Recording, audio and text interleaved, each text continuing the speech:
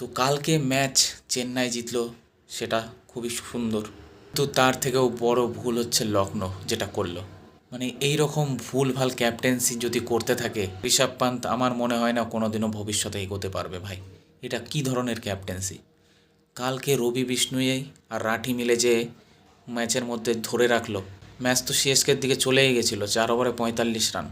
তো সেখান থেকে স্পিনাররা বাপসি করালো ম্যাচটাতে। তো তাদেরকে তো ভাই মূল প্রায়োরিটি দিতেই হবে। আর এদিকে রবি বিষ্ণুয়ের ফুল ওভার কমপ্লিটই হলো না, মাত্র 3 ওভারই করলো, আর একটা ওভার তো ছিল। 18 নম্বর না হলে 19 নম্বর ওভার তো ওকে দিতেই পারতেন ভাই ডুবের সামনে, যদি 1 উইকেট পেয়ে যেত। আর ধোনি তো সবে নামে ছিল, 2 ওভার তো খেললো।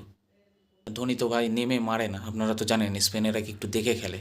জাস্ট পুর ক্যাপ্টেন্সি, একদম ফালতু ক্যাপ্টেন্সি। বন্ধুরা, আপনাদের কি মনে হচ্ছে লখনৌ কালকে ম্যাচটা কী কারণে হারলো? কমেন্ট করে অবশ্যই আপনাদের ফিডব্যাক জানাবেন, কী কারণে ম্যাচটা কালকে হারলো লখনৌ। জাস্ট আমার কাছে মনে হয়েছে ঋষভ পান্ত একদম ফালতু কাজ করেছে। এরকম ধরনের ক্যাপ্টেন্সি যদি করতে থাকে ঋষভ পান্ত ভাই, লখনৌর ভবিষ্যৎ অন্ধকার দেখতে পাচ্ছি আমি।